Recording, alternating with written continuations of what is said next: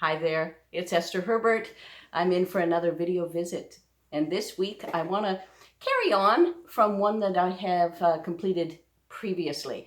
It was in high school that I mentioned about being undiagnosed and didn't know that I had bipolar, and some of the consequences that I experienced in high school. Driving wildly, super fast, reckless behavior at every turn, drinking at a very early age. And now, today, I want to take us from high school to my college days. Now, it'll be a little bit confusing because when I went there, it was called Bethany Nazarene College. Now it's Southern Nazarene University. So I'll call it college, university, call it both because that's what it is. So when I went off at 18 years old, it was my first time away from the constraints of a very strict home. I had very loving and very caring and prayerful parents, as I have mentioned, but they were both very, very strict. And, I couldn't do a lot of things that my friends could do. And when I was kind of cut loose and off I went to another country, you wonder what the repercussions would be. And in my case, they were quite big and quite grand, but I don't mean it in the wonderful grand way. I just mean it quite splashy and dramatic.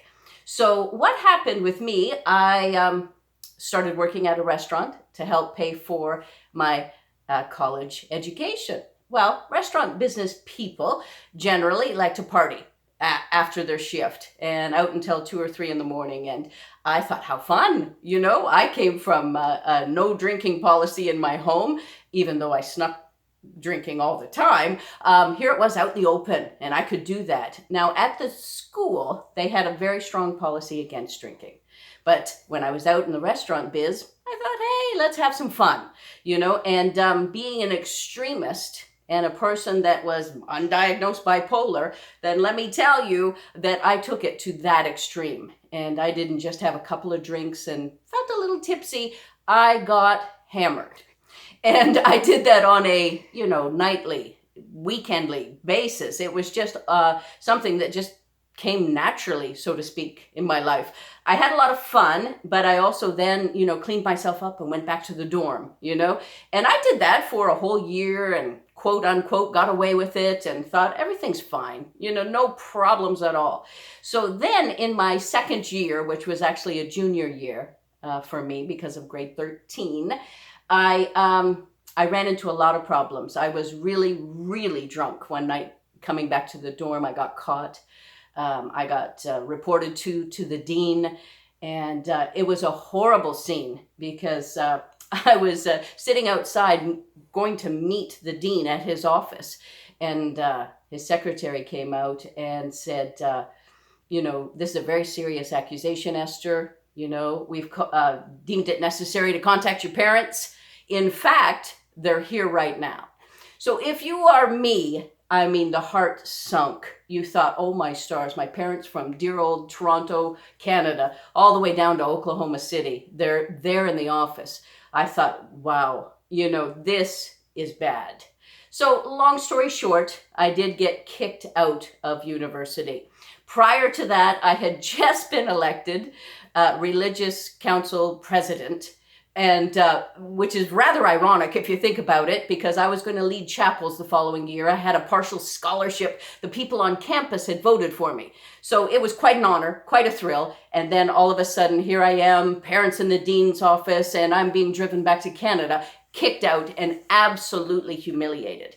You have no idea when you get kicked out and you're back home what it feels like.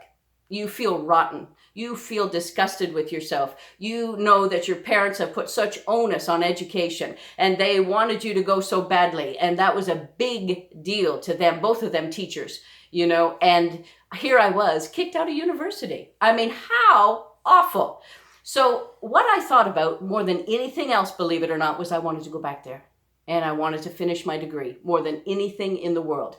No one recommended it. No one wanted me to, not even my parents. They said, no, you can't go back there. That would be too hard, on and on. And I just bundled up my car, drove back, went through all the red tape that you can imagine trying to get back into the college. And I did. Let me tell you a little bit about walking on campus. Here's people that have voted for me and wanted me to be the council president. And there they are. You know, there were many stares and gossip, and it was not a great environment. Nobody really wanted me back. But I did it. And I had a few very good friends that stood by me there. Special people that just said, who cares what you've done? We love you. And I really appreciate that. And that's so important to have people that back you up. But I will tell you, that was the hardest thing I've ever done to date in my life. And it's one of those defining moments that really rock you, because you're like, I did that against all odds. I achieved, I accomplished, I did. It's like you conquer something. So when you're going through tough times with a mental illness, think back on times in your life that you have succeeded against all odds, when people didn't believe in you, but you believed in yourself. That is the most important thing. And that is something I want to encourage you to do every single day, because you can do it.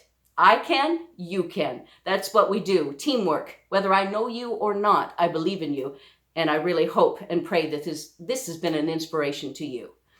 I want to tell you about my About tab on my YouTube channel. Go there. You'll see my contact information for public speaking. Love to talk to your group. Contact me, and it would be a great evening. I know it would be. Thank you so much for listening. God bless. Take care.